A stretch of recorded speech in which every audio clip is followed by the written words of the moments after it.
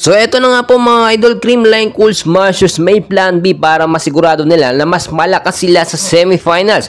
At PBL standings, Creamline Cool Smashers nasa pang-apat na slot na po ngayon matapos silang magkaroon ng 3 talo. And bago natin yan ipagpatuloy mga kaibigan, kung di ka pa nakasubscribe, pasubscribe naman po and pahit na notification bell. Maraming salamat po. Well mga kaibigan, malapit na nga po ang semifinals at etong 4 po na kupunan ngayon na kasali o nakapasok sa semifinals ay naghahanda na nga po, especially ang ating Creamline Cool Smashers na bumaba na nga po ngayon sa pang-4 na pwesto. Kung titingnan po ninyo sa PBL standings, nangunguna pa rin po ngayon ang Chocomocho Flying Titans with 9 wins, 2 losses and 26 points. Pangalawa ang Cheritico Crossover with 9 wins, 2 losses and 25 points. Pangatlo naman ng Petrogas Angels, 8 wins, 2 losses and 25 points. At pang-apat na po ang Creamline Cool Smashers with 8 wins at 3 na po ang talo nila with 24 points. Well mga kaibigan, tulad ng aking sinasabi,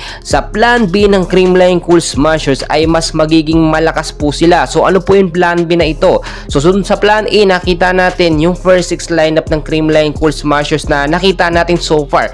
Malakas naman, no? Pero itong plan B gagamitin na po, or bibigyan ng pagkakataong makapaglaro yung mga star player ng Creamline na nasa bench lamang, hindi nagagamit, tulad na lamang po ni Ditch Rodriguez, si Bernadette Pons, etong si Mape Galanza. Nakita natin mabibigyan ng pagkakataon. So ngayon magte-take na po ng risk etong si Coach Sherwin Meneses at hindi na matatakot kaysa naman matalo sila na walang ginagawa at hindi lumalaban at hindi nakakapaglaro ang ibang mga player ng Creamline. Mas masakit po ito sa mga CCS player kung matatalo sila na walang ginagawa. Well, alam natin may napatunayan na yung mga bench player ng Creamline, kaya naman marapat or nararapat na bigyan sila ng time para makapaglaro. So sinasabi natin dahil nga po nasa pang-4 na standings ang Creamline Cool Smashers, malaki pa rin ang chance nila na madepensahan ang kampyonado ngayong season dahil syempre champion team yan, maraming estratehiya, maraming sistema yan na nagbabago-bago depende sa kanilang makakalaban.